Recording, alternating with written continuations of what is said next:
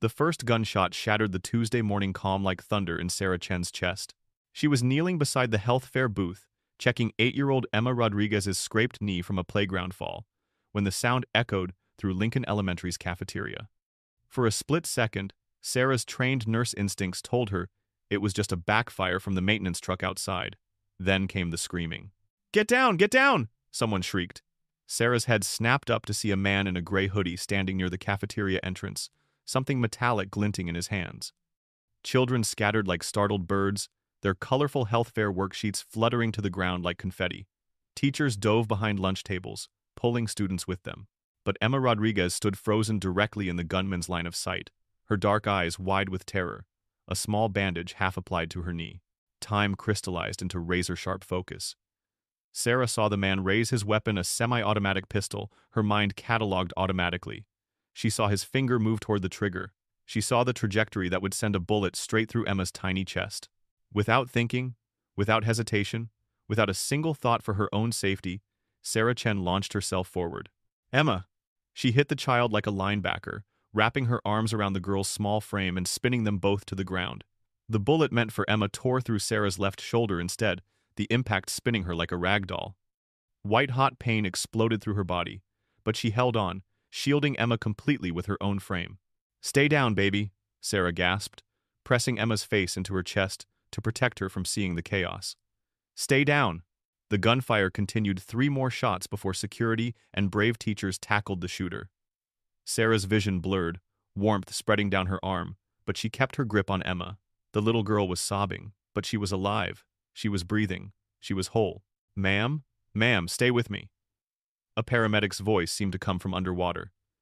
Strong hands were trying to move her, but Sarah wouldn't let go of Emma. "Is she okay?" Sarah whispered. Is Emma okay?"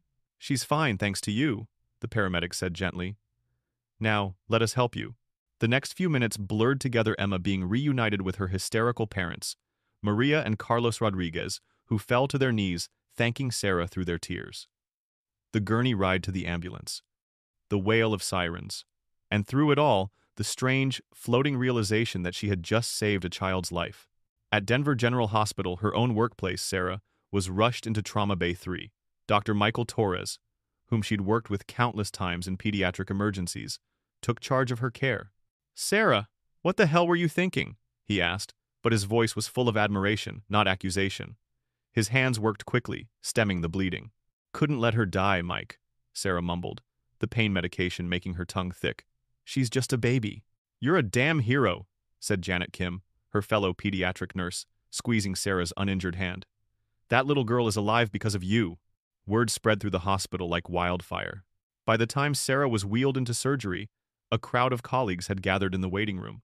Dr. Prop, Amanda Foster, the chief of pediatrics, paced the halls calling Sarah the bravest person I've ever known. Even Dr. James Liu, usually so serious and professional, was spotted wiping away tears as he told anyone who would listen about Sarah's selfless act. The surgery went perfectly. The bullet had missed all major arteries and organs, embedding itself in muscle. "You'll be sore for a while, but no permanent damage," Dr. Torres assured her when she woke up. "You got incredibly lucky." But it wasn't luck that had the local news crews camping outside the hospital. By evening, Sarah's story was everywhere. "Local nurse takes bullet for child," read the headline on Channel 9. Social media exploded with praise. Hero Nurse began trending. The hospital's PR department issued a glowing statement calling Sarah the embodiment of our commitment to protecting children. Carlos Rodriguez appeared on 3 different news programs, his voice breaking as he described how Sarah had saved his daughter's life. "She's an angel," he kept saying. "A guardian angel sent to protect Emma." Sarah's phone buzzed constantly with messages from friends, family, and strangers thanking her. Flowers filled her hospital room. Cards from children around the city poured in, many featuring hand-drawn pictures of Sarah as a superhero. For 3 beautiful days, Sarah Chen was Denver's hero. Then she got the letter. It arrived while she was still in her hospital bed, delivered by a stone-faced HR representative who refused to make eye contact. Sarah's hands trembled as she tore open the official Denver General Hospital envelope. "Dear Ms. Chen, this letter serves as official notification of the immediate termination of your employment with Denver General Hospital. After careful review of the incident at Lincoln Elementary School on October 15th, hospital administration has determined that your actions violated several key policies, including 1. Engaging in high-risk activities while off-duty that resulted in personal injury. 2. Creating liability exposure for the hospital through reckless behavior. 3. Requiring expensive medical coverage due to preventable injuries. 4. Failure to maintain appropriate boundaries with the community. Your final paycheck will be processed according to standard procedures. Your health benefits will terminate at the end of this month. Sincerely, Dr. Marcus Webb, Chief Hospital Administrator. Sarah read the letter 3 times, certain she was hallucinating from the pain medication. This couldn't be real. They couldn't fire her for saving a child's life. They couldn't. But they could, and they had.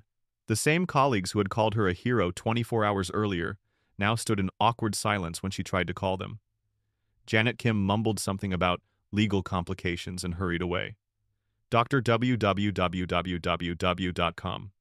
Lou avoided her room entirely. Only Dr. Torres dared to voice what everyone was thinking.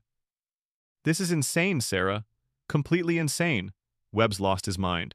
2 hours after receiving the termination letter, Sarah watched from her hospital bed as Dr. Marcus Webb held a press conference in the hospital's main lobby.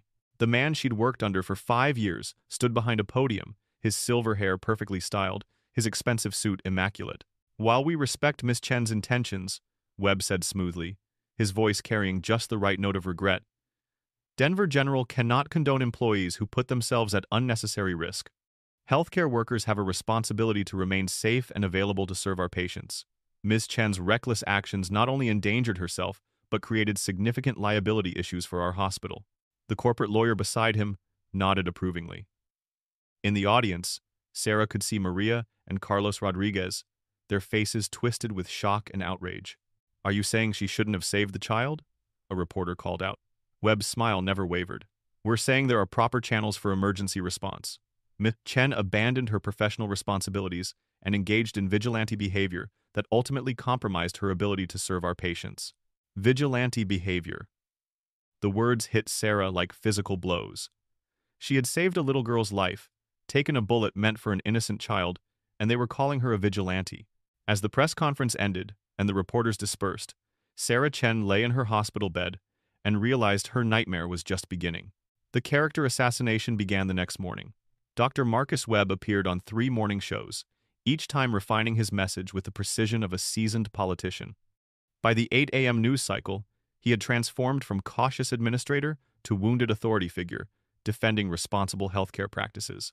Look, Webb said to Channel 7's morning host, leaning forward with practiced sincerity.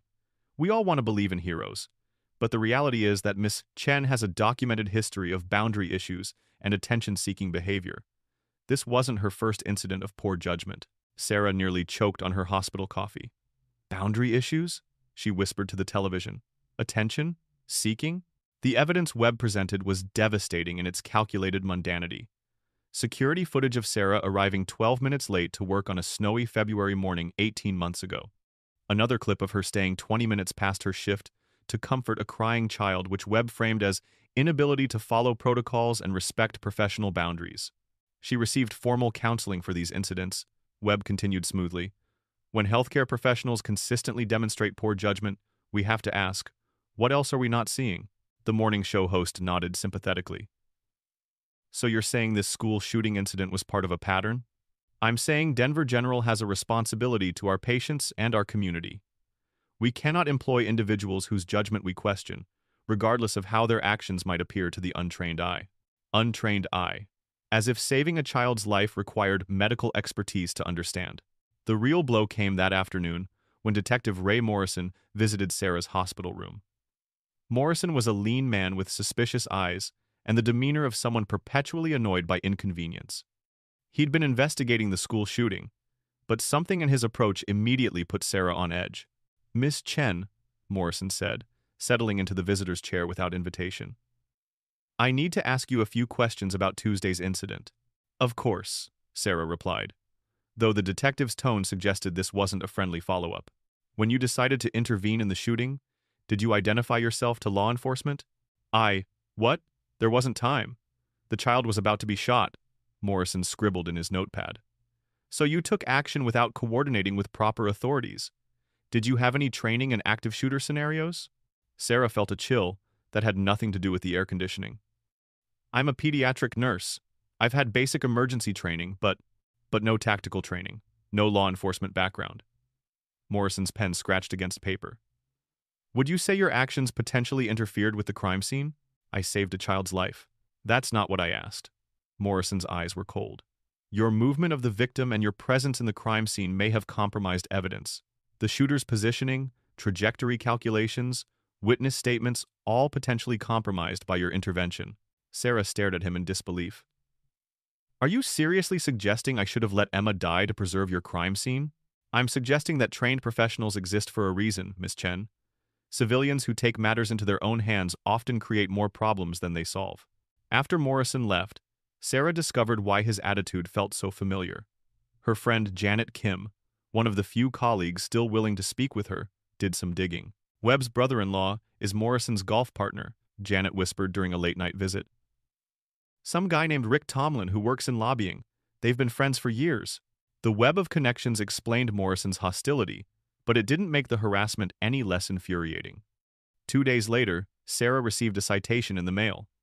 Failure to comply with emergency response protocols under Colorado Statute 2433.5707. The fine was $500, but the implications were much worse. When Sarah called the police station to question the citation, Officer Janet Torres answered with barely concealed disdain. Look, lady, you're not a cop, you're not a paramedic, you're not trained for this stuff, Torres said, her Brooklyn accent thick with annoyance. Maybe next time think before playing hero, you know? These laws exist for a reason. What reason? To prevent people from saving children? To prevent people from getting in the way of trained professionals.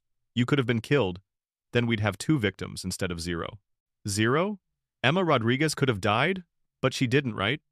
So maybe the situation was under control and you just made it worse.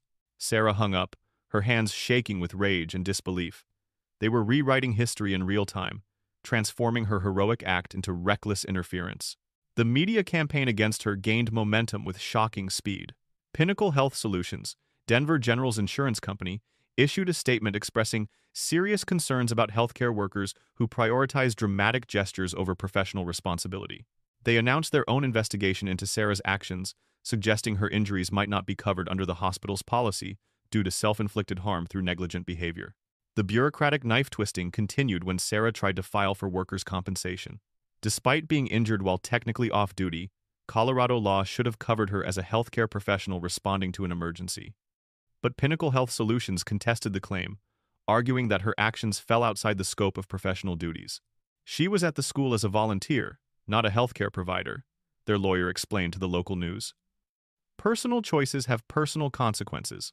By Friday, exactly 1 week after the shooting, Sarah's medical bills had reached $47,000. Her insurance company, coincidentally also Pinnacle Health Solutions, delayed processing her claims pending their thorough investigation. The same investigation that somehow required 3 different adjusters to re-examine the same straightforward gunshot wound. The final insult came from an unexpected source, local talk radio host Chuck Brandon, whose afternoon drive time show reached 500,000 Denver area listeners daily. Brandon, a heavy-set man with a perpetual sneer, had latched onto Sarah's story with the fervor of someone who'd found ratings gold. I'm just asking questions here, people. Brandon's voice crackled through Sarah's car radio as she drove to her first unemployment appointment. What was Sarah Chen really doing at that elementary school? Why was she there? What was her relationship with this Rodriguez family? Sarah pulled over, her hands shaking as Brandon continued his character assassination. I mean, think about it. A single woman, no kids of her own, volunteering at a school full of children. Doesn't that strike anyone else as a little convenient? And then she just happens to be right there when the shooting starts? Right next to this particular child? Callers began phoning in, their voices anonymous and vicious. Chuck, I heard she was supposed to be at work that day but called in sick. My sister works at Denver General. She says Chen has always been weird around kids, too attached. What if she knew something was going to happen? What if this whole thing was staged? Sarah sat in her car in the unemployment office parking lot, listening to strangers destroy her reputation with lies and innuendo. The conspiracy theories were as creative as they were cruel. By the end of Brandon's show, the prevailing narrative had Sarah as either a mentally unstable attention seeker who staged her own heroics, or a predator who used the shooting to get close to children. Nurse controversy began trending on social media, amplifying Brandon's poisonous theories.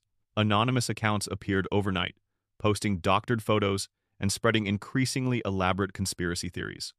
One viral TikTok video used manipulated security footage to make it appear Sarah had pushed Emma into the line of fire before rescuing her. The comment sections were cesspits of hatred. Fake hero. Real heroes don't need publicity. She probably planned this whole thing. Wake up, people. Why won't she take a polygraph test? What is she hiding? Sarah's apartment complex received so many complaint calls that the property manager, Mrs. Henderson, knocked on her door with an ultimatum. I'm sorry, Sarah, but the other tenants are uncomfortable. Maybe you should think about finding somewhere else to live. Mrs. Henderson, you've known me for 3 years. You know I would never. I know what I'm hearing on the news and the radio. And I know my phone hasn't stopped ringing with people saying they don't feel safe with you in the building. That evening, as Sarah sat in her apartment surrounded by unpaid medical bills and job rejection letters, she realized the system hadn't just betrayed her, it had declared war. And she was losing. Maria Santos took Sarah's case on a Tuesday morning in November, exactly 1 month after the shooting that had upended Sarah's life. The former public defender's small office above a coffee shop in downtown Denver felt more like a sanctuary than a law firm, its walls lined with pictures of clients whose cases Maria had won against impossible odds. They're trying to destroy you, Maria said bluntly, spreading Sarah's file across her cluttered desk. This isn't incompetence or bureaucratic stupidity. This is coordinated character assassination. Sarah, who had lost 15 pounds and developed dark circles under her eyes, nodded weakly. But why? What did I do besides save a child? That's what we need to figure out. Maria pulled out a thick folder. I've been digging into Denver General's finances, and what I found is interesting. 3 days after the shooting, they received a $50 million insurance settlement from their crisis management policy. It was supposed to cover medical expenses, facility damage, counseling services, the whole aftermath. $50 million? For what? That's the question. The shooting lasted less than 5 minutes, no one died, and the only serious injury was yours. Most of that money should have been returned to the insurance company. Instead, they kept it all and claimed your heroic actions somehow voided their liability protection. Maria opened her laptop and showed Sarah a series of financial documents. Look at this. The day after you were fired, Doctor. Webb authorized a $2.3 million administrative restructuring project. The week after that, the hospital announced they were upgrading their security system to the tune of $8 million. Security upgrades aren't illegal, Sarah said. No, but timing is everything. And Webb's personal finances tell an interesting story too. Maria clicked to another screen. 3 weeks after your termination, he made a $500 payment on his mortgage. Cash payment. On an administrator's salary. Sarah felt the first spark of hope she'd experienced in weeks. You think he's being paid off? I think we're going to find out. Their first major breakthrough came from an unexpected source. Dr. James Liu, Sarah's former colleague and friend, appeared at Maria's office late one Friday evening. His usually composed demeanor was shattered, his hands shaking as he sat across from Sarah. I can't do this anymore, he whispered. I can't live with what I did to you. Sarah's heart clenched. Liu had been her mentor when she started at Denver General, the man who taught her advanced pediatric care techniques, who recommended her for her latest promotion. His testimony against her in the hospital's internal investigation had been devastating. James, what? They made me say those things, Liu interrupted, his voice breaking. Webb called me into his office with the hospital's legal team. They had files on everyone, every mistake, every complaint, every time we'd bent the rules to help a patient. They said if I didn't cooperate, they'd make sure I lost my medical license. Liu pulled out a digital recorder. I've been carrying this for weeks, hoping to find the courage to use it. Yesterday, I finally did. He pressed play. Dr. Webb's voice filled the small office. The Chen situation needs to be handled delicately. We can't have healthcare workers thinking they can go off and play hero whenever they want. It sets a precedent we can't afford. Liu's voice responded. But Marcus, she saved a child's life. How do we spin that negatively? Easy. We focus on liability, protocol violations, her history of boundary issues. I've already spoken with Morrison, he'll handle the legal angle. And I've got Brandon working the media narrative. By the time we're done, she'll look like an unstable attention seeker who compromised a crime scene. What about the public support? The media is calling her a hero. Public attention spans are short, James. A week from now, they'll be focused on something else. Trust me, I've done this before. The recording was damning, but Maria knew it was just the beginning. Their investigation revealed that Dr. Patricia Vance, the Colorado Medical Board president, who had launched the investigation into Sarah's nursing license, had received a $50,000 consulting fee from Pinnacle Health Solutions just 2 weeks before the inquiry began. "It's all connected," Maria explained to Sarah as they prepared for the medical board hearing. "The hospital, the insurance company, even the media campaign against you. Someone with serious resources wants you silenced." The medical board hearing was a kangaroo court from the start. Dr. Vance, a stern woman with gray hair pulled into a tight bun, made no effort to hide her disdain for Sarah. "Ms. Chen," Vance began, "the board has serious concerns about your conduct during the Lincoln Elementary incident. Healthcare professionals are expected to maintain appropriate boundaries and follow established protocols." "What protocol covers saving a child from being murdered?" Sarah asked. "The protocol that requires healthcare workers to coordinate with proper authorities rather than engaging in vigilante behavior," Vance replied smoothly. Maria stood up. "Dr. Vance, isn't it true that you received a $50,000 payment from Pinnacle Health Solutions shortly before this investigation began?" Vance's face flushed. "That was a legitimate consulting fee for completely unrelated work. Work that you failed to disclose when you accepted this case, despite clear conflict of interest rules." The hearing dissolved into chaos as Maria systematically destroyed the board's case, but Sarah knew the fix was in. They were going through the motions, but the decision had already been made. Meanwhile, Sarah's living situation had become untenable. After being forced out of her apartment, she had accepted the Rodriguez family's offer to stay in their converted garage. Carlos and Maria Rodriguez treated her like family, but their neighbors were less welcoming. The suburbia of Whispering Pines had not expected to become ground zero in a media controversy. Neighbors crossed the street to avoid the Rodriguez house. Children were forbidden from playing in their yard. The Homeowners Association, led by a petty tyrant named Gerald Walsh, sent threatening letters about occupancy violations and unauthorized residents. "You're bringing down property values," Walsh told Carlos during a confrontational neighborhood meeting. "We have families here, children. We don't need this kind of attention." Carlos Rodriguez, normally a gentleman who worked as an engineer for a defense contractor, finally lost his composure. "This woman saved my daughter's life. She took a bullet meant for Emma. And you're worried about property values?" "We're worried about having a mentally unstable person living in our neighborhood," Walsh shot back. "The radio says she might be dangerous." 8-year-old Emma Rodriguez, who had been thriving in therapy and returning to normal childhood activities, began having nightmares again. The stress of the controversy, the media attention, and the neighborhood hostility reopened psychological wounds that had begun to heal. The breaking point came on a cold December evening when someone threw a brick through the Rodriguez family's living room window. Spray-painted on their driveway in red letters were the words, "Fake hero, go home." Detective Morrison's response was predictably inadequate. "Probably just kids," he said, barely glancing at the vandalism report. "You can't prove it was related to the Chen situation." "Someone could have killed my family," Carlos said, his voice shaking with rage. "But they didn't. Look, maybe if your house guest found somewhere else to stay, these problems would go away." That night, as Sarah helped the Rodriguez family clean up the broken glass, she made a decision that would change everything. "I'm turning myself in," she told Maria over the phone. "For what?" "Sarah, you haven't committed any crimes. Morrison found something. He called today and said he has a warrant for my arrest on charges of interfering with a federal investigation and reckless endangerment. I'm not going to let this family suffer anymore because of me." Maria was quiet for a long moment. "Sarah, don't do this. Let me handle Morrison legally." "It's too late for that. They're going to arrest me anyway. At least this way, I can control how it happens." The next morning, Sarah walked into the Denver Police Department and surrendered herself to Detective Morrison. His smirk as the handcuffs clicked around her wrists told her everything she needed to know about how this arrest would go.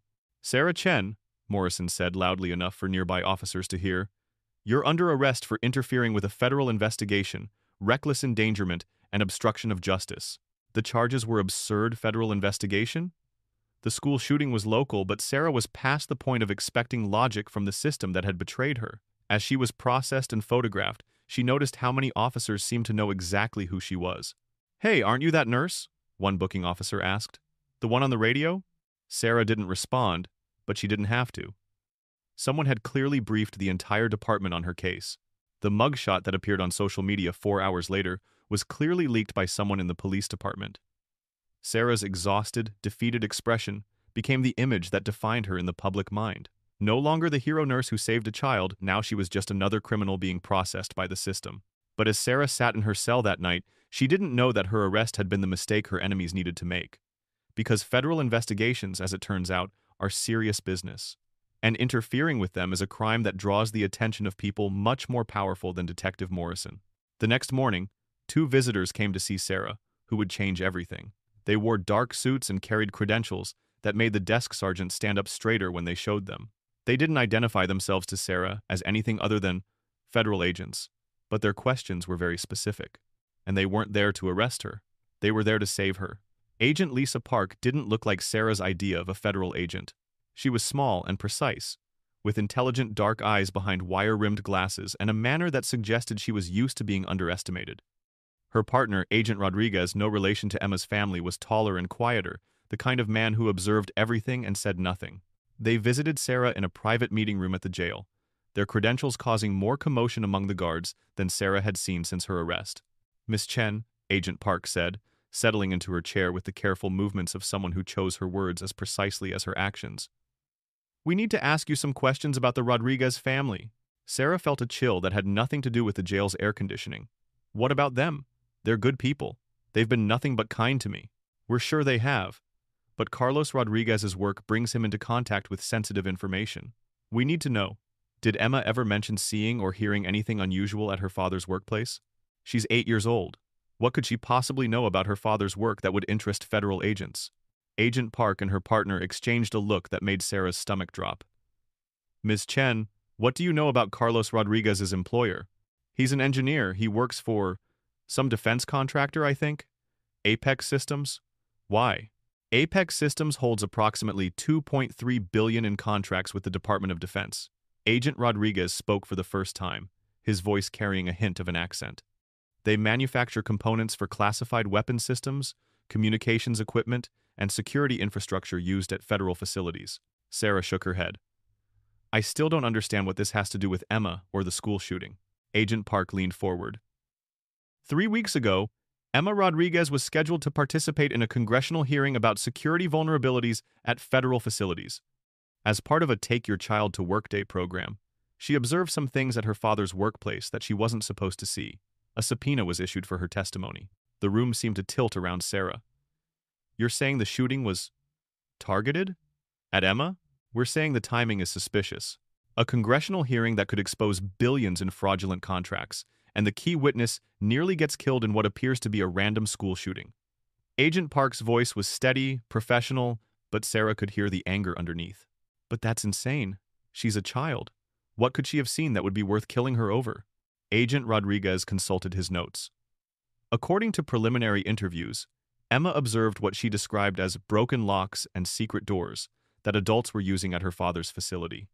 She drew pictures of these observations, pictures that suggest major security breaches at a facility that handles classified defense projects. Sarah's mind reeled. "So someone tried to murder an 8-year-old girl to cover up security problems?"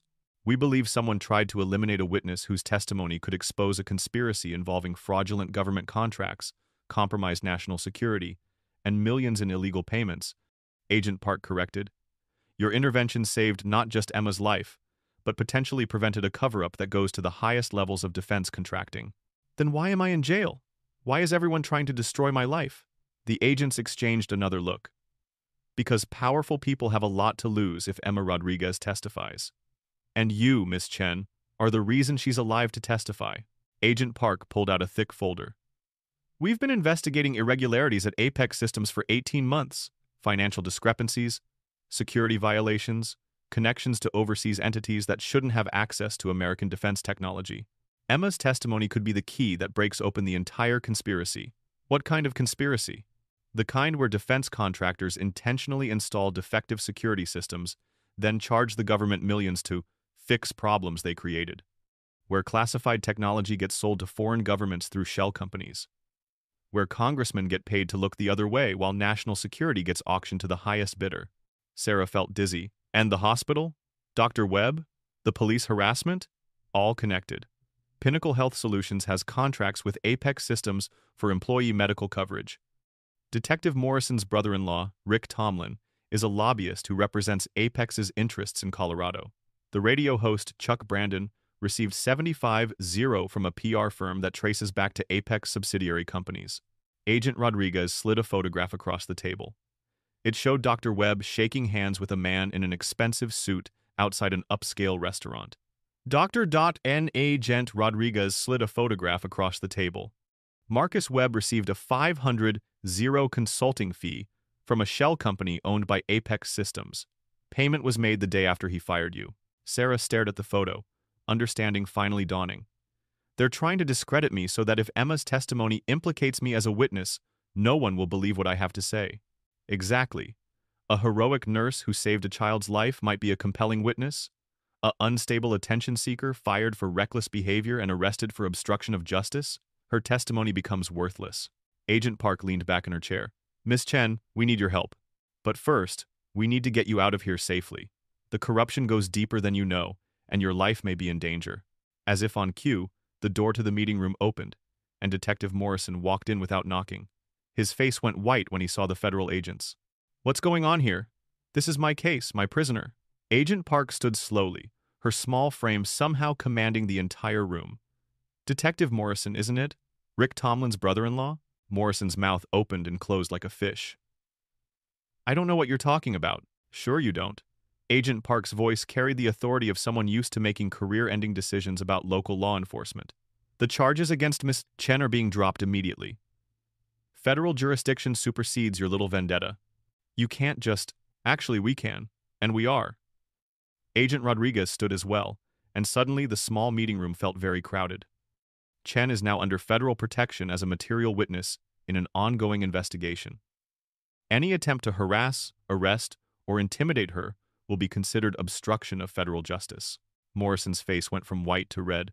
This is my jurisdiction, my case. Your case is fabricated harassment designed to discredit a witness in a federal investigation, Agent Park said calmly. Would you like to explain to a federal judge why you arrested someone on bogus charges to cover up a conspiracy involving defense contractors and compromised national security? Morrison left without another word, but Sarah could see in his eyes that this was far from over. 2 hours later, Sarah walked out of jail to find Maria Santos waiting with a smile broader than any she'd worn since taking the case. Federal protection, charges dropped, and Detective Morrison is about to have the worst day of his career, Maria said, embracing Sarah. I don't know what you said to those agents, but it worked. I didn't say anything. They already knew everything. Sarah looked around nervously. After weeks of paranoia, walking free felt surreal. Maria, this is bigger than we thought. Much bigger. That evening, in a safe house provided by federal marshals, Agent Park briefed Sarah on the full scope of what they were dealing with. Apex Systems has been systematically compromising security at federal facilities for the past 5 years, Park explained, showing Sarah classified documents she was cleared to see as a protected witness. They install security systems with intentional vulnerabilities, then sell information about those vulnerabilities to foreign governments. Sarah studied the documents with growing horror. Military bases, federal courthouses, even congressional buildings, all protected by security systems that were designed to fail. Emma saw workers using secret doors that weren't supposed to exist in classified areas, Agent Park continued.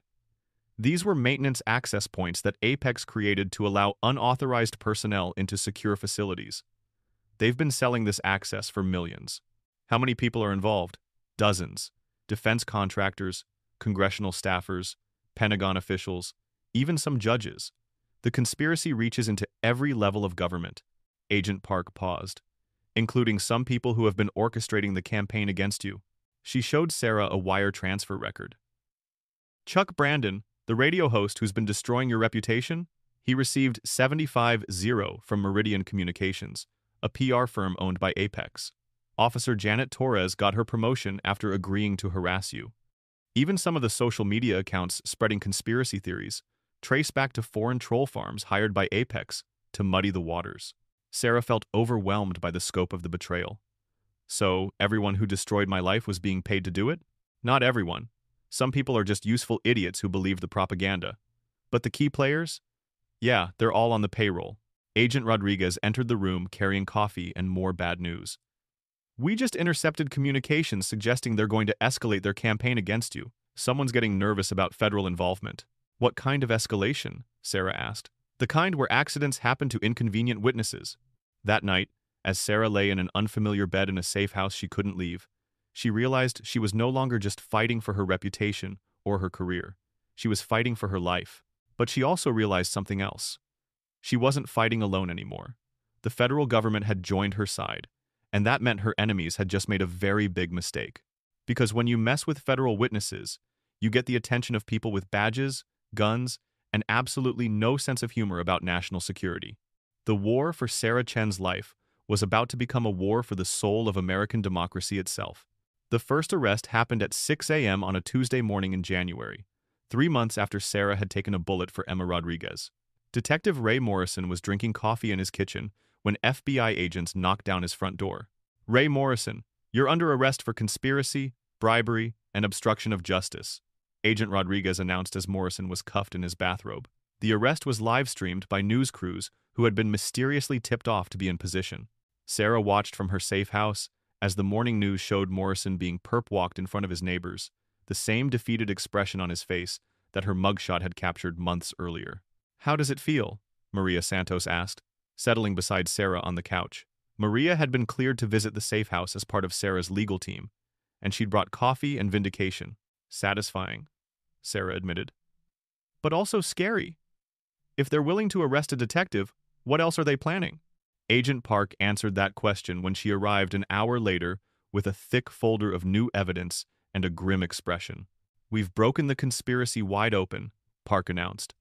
"Thanks to Dr. Liu's recordings and Emma's testimony, we now have evidence of criminal activity reaching the highest levels of defense contracting and government oversight." Park spread documents across the coffee table like tarot cards revealing an ugly future. Apex Systems wasn't just compromising security, they were selling classified defense technology to foreign governments, including some that are technically our enemies.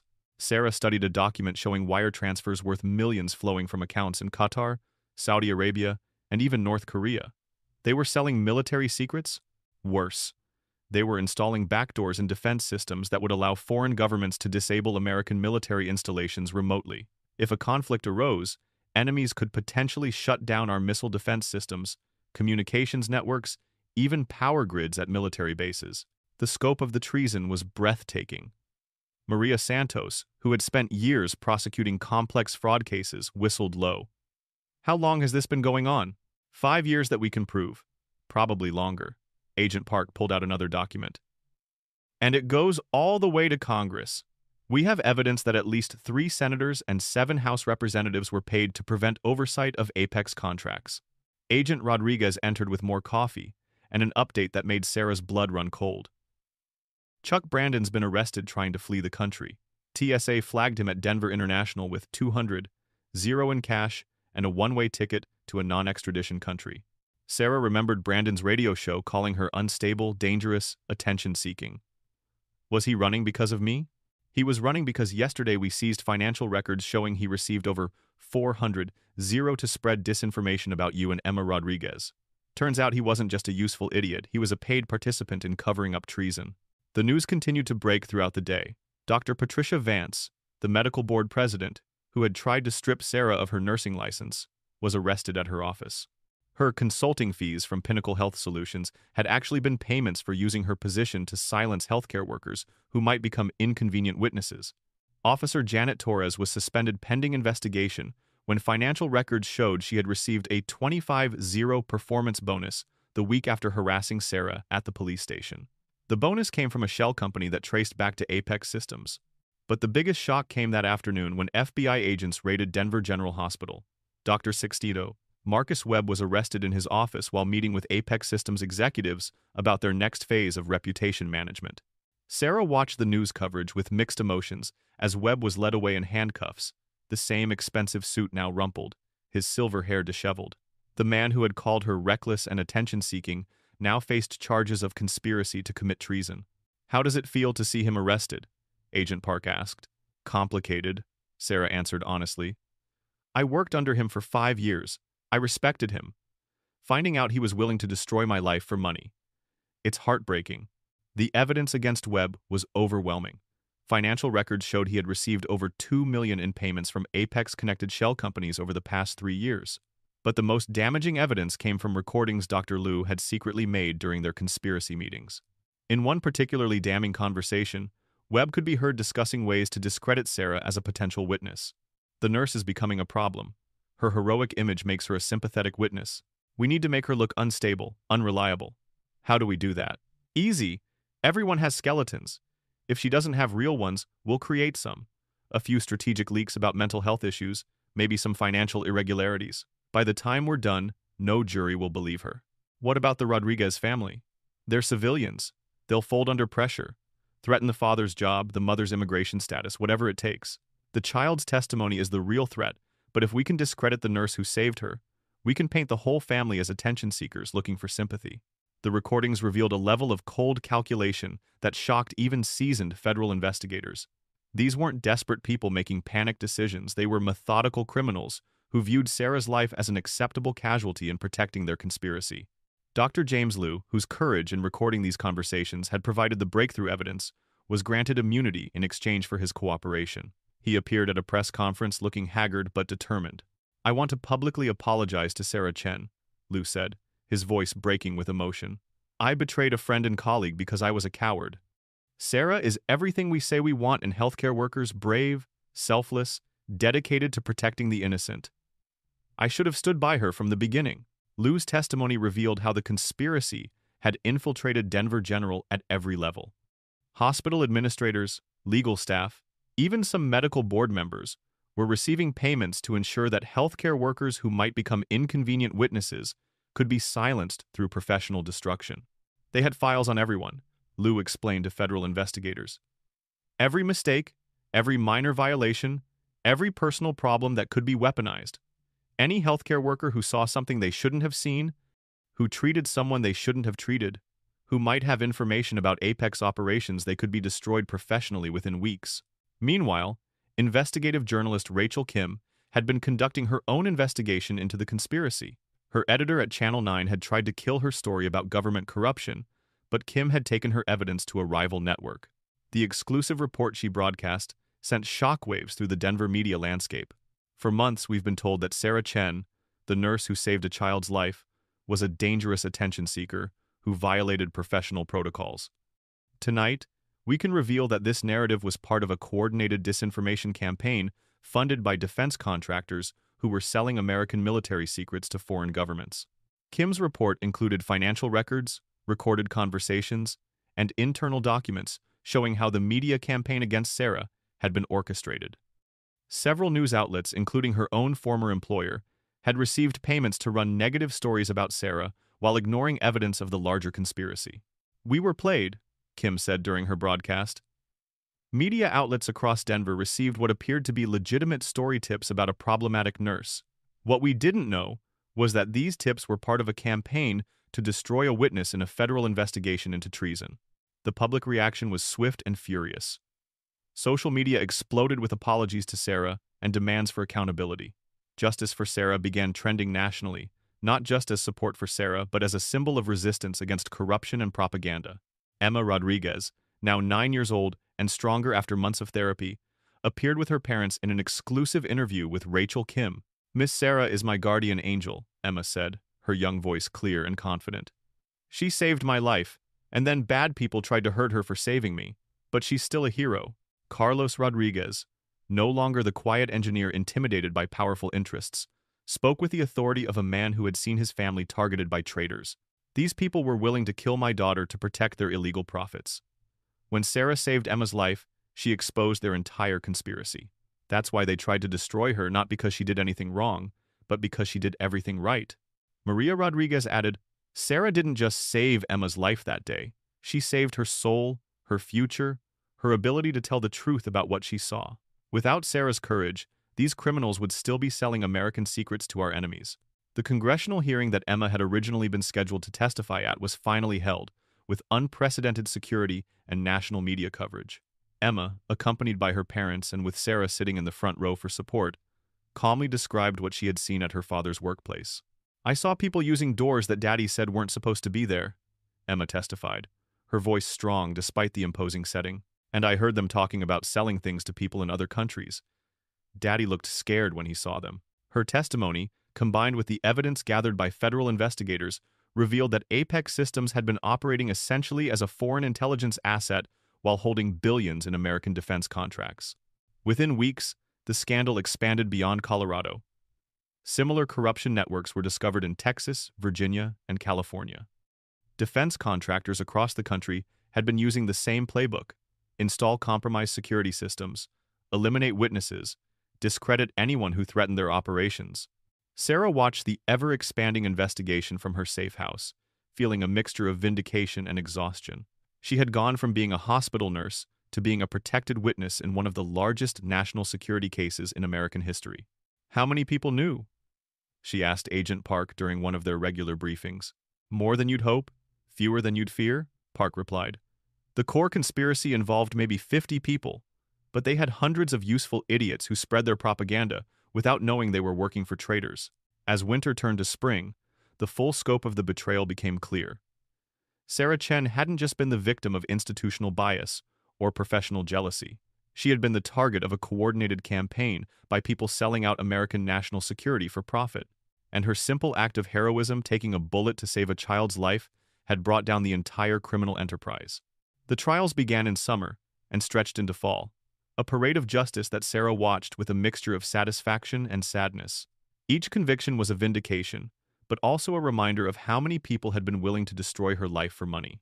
Detective Ray Morrison was first to face judgment. His trial revealed the full extent of his corruption, taking bribes to harass witnesses, falsifying reports to discredit inconvenient victims, and actively obstructing federal investigations. The man who had tried to arrest Sarah for interfering with justice was sentenced to 8 years in federal prison. The defendant abused his position of trust to protect criminals and persecute heroes, Judge Patricia Williams said during sentencing. His actions represent a betrayal not just of his oath, but of every citizen who depends on law enforcement to protect them. Morrison's brother-in-law, lobbyist Rick Tomlin, received 12 years for his role in coordinating the conspiracy between Apex Systems and government officials. The golf games and family dinners that had seemed so innocent were revealed to be planning sessions for covering up treason. Officer Janet Torres accepted a plea deal that resulted in her dismissal from the force and 2 years probation in exchange for testimony against her superiors. Her appearance on the witness stand was pathetic. A woman who had sold her integrity for a 25-0 bonus and a promotion she would never enjoy. "I knew what I was doing was wrong," Torres testified, unable to make eye contact with Sarah, who sat in the gallery. "But they said she was just a troublemaker, that she was making things up for attention. I didn't know about the national security stuff." Dr. Marcus Webb's trial was the most painful for Sarah to watch. 5 years of working under a man she had respected, only to learn he viewed her as an expendable obstacle to his criminal enterprise.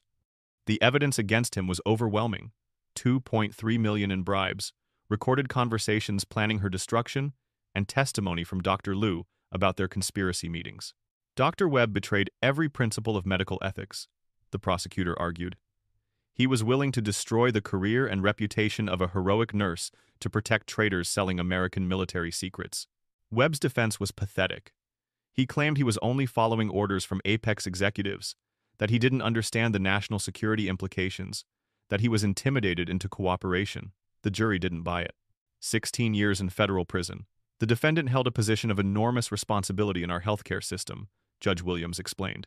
His willingness to abuse that position for personal gain, particularly his targeting of a healthcare worker who exemplified the best of medical ethics, represents corruption of the highest order. Dr. Patricia Vance received 8 years for her role in attempting to strip Sarah of her nursing license. The medical board president, who was supposed to protect healthcare workers, had instead weaponized her authority to silence inconvenient witnesses. Chuck Brandon's trial was almost comedic. The talk radio host who had spent weeks calling Sarah mentally unstable and dangerous was revealed to be a coward who had tried to flee the country when the investigation began. His defense team tried to claim he was exercising free speech, but financial records showing 400, zero in payments for spreading specific disinformation destroyed that argument. The defendant wasn't exercising free speech, he was conducting psychological warfare against an American hero on behalf of foreign enemies, the prosecutor said. Brandon received 6 years. But the biggest fish were the Apex Systems executives and their government accomplices. CEO Michael Garrett, who had orchestrated the entire conspiracy, was sentenced to life in prison without possibility of parole. The evidence showed he had been selling classified defense technology to hostile foreign governments for over a decade. This defendant committed treason on a scale that threatened every American citizen, Judge Williams said during Garrett's sentencing. His actions compromised national security installations across the country and put millions of lives at risk. The only appropriate sentence is life imprisonment. 3 senators and 7 House representatives were expelled from Congress after being convicted of taking bribes to prevent oversight of Apex contracts. Their trials revealed a culture of corruption where national security was auctioned to the highest bidder. Throughout the trials, Sarah found herself transformed from victim to symbol. Her story had become shorthand for standing up to powerful, corrupt systems. Nurses across the country wore guardian angel pins in her honor. The Sarah Chen Protection Act, legislation protecting healthcare workers who act heroically in emergency situations, passed Congress with overwhelming bipartisan support. Denver General Hospital underwent complete leadership restructuring. The board of directors fired the entire administration and issued a public apology to Sarah that was broadcast on every major network. "We failed Sarah Chen in the most fundamental way possible," the new hospital board chairman announced. "Instead of supporting a hero, we allowed corruption to poison our institution. We will spend years rebuilding the trust she deserved from the beginning." They offered Sarah her job back with a promotion to Director of Pediatric Emergency Response, a $200,000 salary increase, and a formal apology written into her personnel file. The hospital also established the Sarah Chen Foundation with a $10 million endowment to support healthcare workers facing retaliation for ethical actions. Sarah accepted the apology and the foundation, but not the job offer.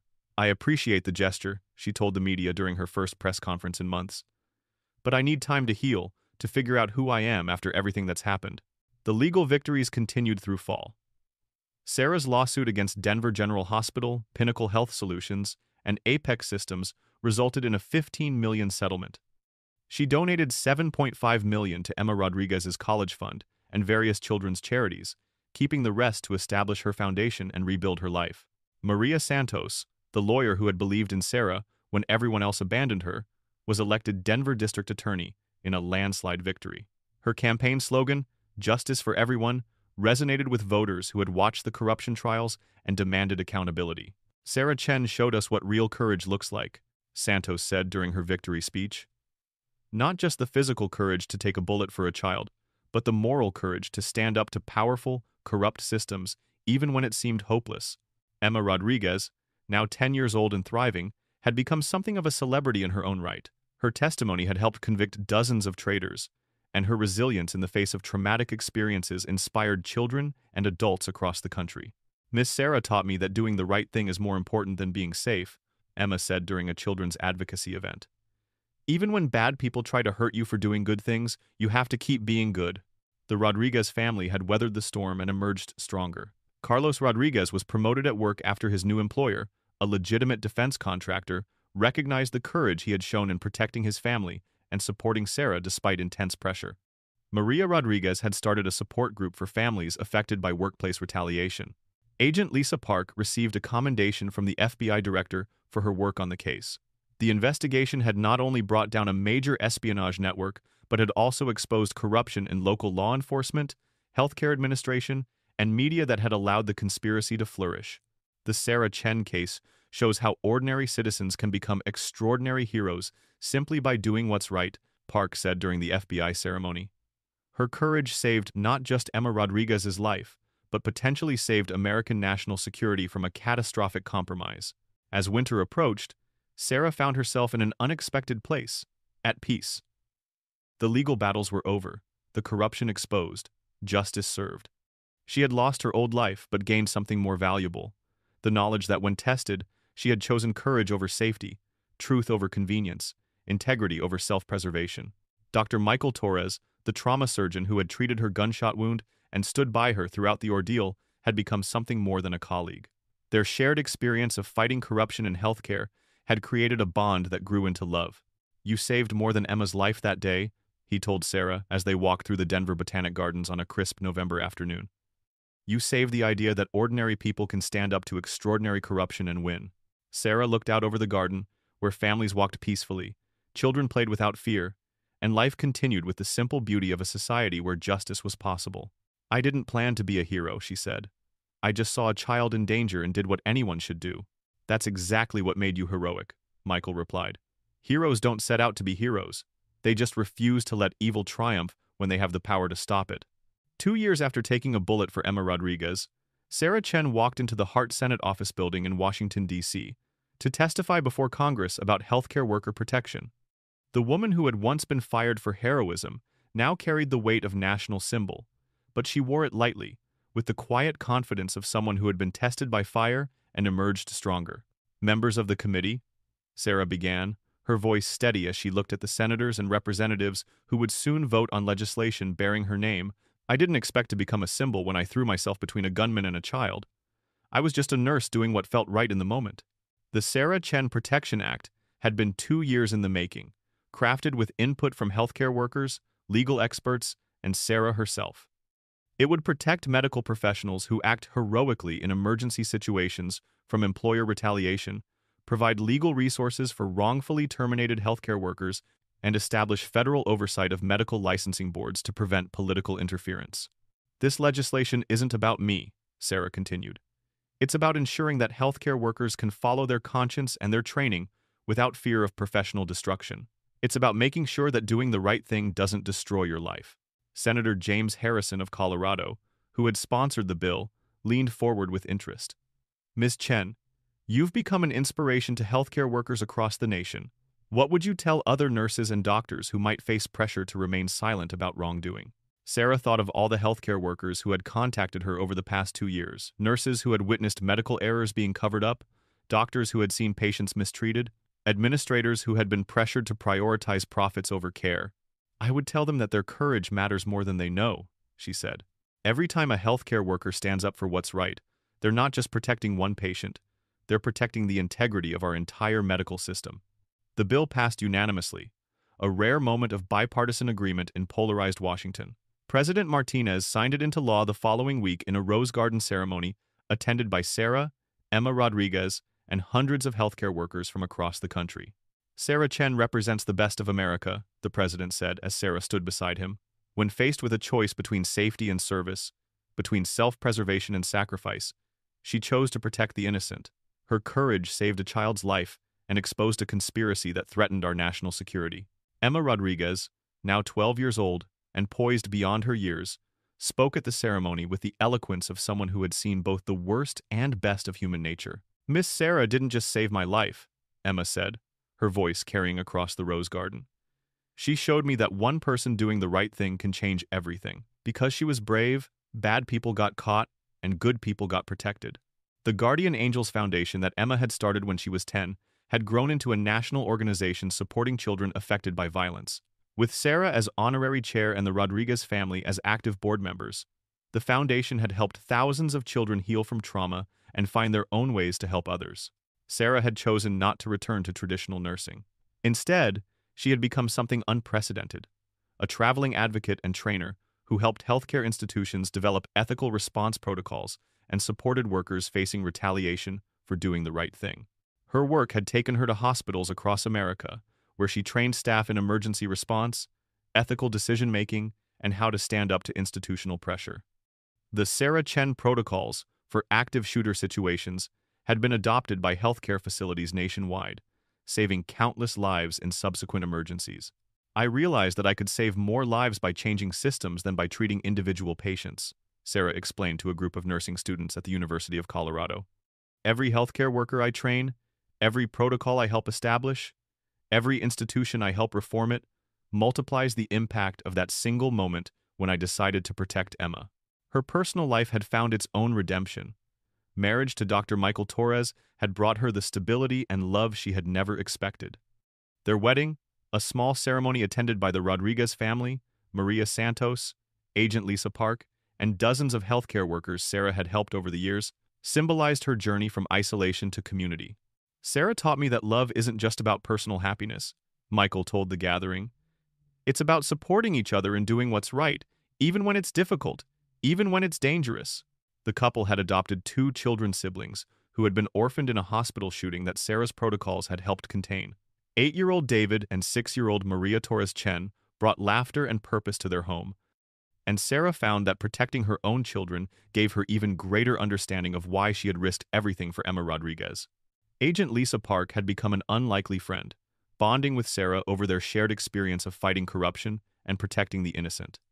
Park's investigation of the Apex conspiracy had earned her promotion to assistant director of the FBI's Public Corruption Unit, and she often consulted with Sarah on cases involving retaliation against whistleblowers. Sarah showed us that ordinary citizens can be our most valuable assets in fighting corruption, Park said during a speech at the FBI Academy. Her willingness to stand up to a powerful criminal conspiracy, even when it seemed like the entire system was against her, broke open one of the largest espionage cases in American history. Maria Santos had thrived as Denver District Attorney, using the platform to pursue corruption cases and protect whistleblowers across Colorado. Her office had become a model for prosecuting institutional misconduct, and she credited Sarah's case with teaching her the importance of supporting citizens who challenge corrupt systems. Sarah Chen didn't just survive a conspiracy against her, Santos said during her re-election campaign. She exposed it, defeated it, and used the experience to make our entire system more just. The 5th anniversary of the Lincoln Elementary shooting was marked not with mourning, but with celebration. The school, now equipped with Sarah's emergency protocols and security systems designed by legitimate contractors, hosted a community event honoring heroism and resilience. Emma Rodriguez, now 13 and preparing for high school, spoke to the crowd with the poise of someone who had turned her trauma into purpose. 5 years ago, a bad person tried to hurt me and other children, she said, but good people stopped him, and Miss Sarah protected me. What I learned that day is that there are more good people than bad people, and when good people work together, they can overcome anything. Sarah watched from the audience as Emma spoke, marveling at the young woman she had become. The child Sarah had saved was now saving others through her advocacy work, her foundation, and her simple example of resilience and grace. The Lincoln Elementary Memorial Garden, established where the shooting had taken place, featured a bronze statue of Sarah shielding a child, but the inscription read, "To all who choose courage over safety, love over fear, service over self-preservation." Carlos Rodriguez, now a senior engineer with the new defense contractor that had replaced Apex Systems, had become a vocal advocate for government transparency and contractor accountability. His testimony before congressional committees helped establish new oversight mechanisms that prevented the kind of corruption that had nearly cost his daughter's life. Sarah Chen saved Emma's life, but Emma's courage in testifying saved our country's security, he often said. Together, they showed us that ordinary people doing extraordinary things can change the world. Maria Rodriguez had channeled her experience into becoming a victims' rights advocate, helping other families navigate the complex intersection of crime, media attention, and legal proceedings. Her support group for families affected by workplace retaliation had helped hundreds of people rebuild their lives after standing up to corruption. As Sarah looked around at the anniversary gathering seeing Emma's confidence, the Rodriguez family's strength, the community's resilience, and the systems that had been reformed because of their collective courage, she realized that her story had become something larger than personal redemption. It had become proof that individual integrity could triumph over institutional corruption, that ordinary people could defeat extraordinary evil, and that a single act of heroism could ripple outward to transform society. "I took a bullet to save one child," Sarah said during her speech at the anniversary event. But that child, her family, and everyone who stood up for what was right ended up saving something much larger. They saved the idea that justice is possible, that truth matters, and that courage is contagious.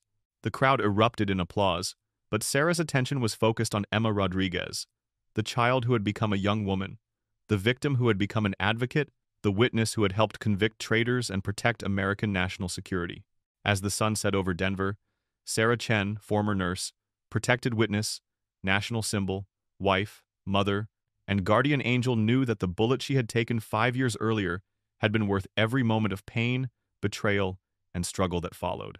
Because some things are worth any sacrifice: the life of a child, the integrity of a system, the possibility of justice, and the simple, revolutionary idea that when good people refuse to be silent, evil cannot triumph.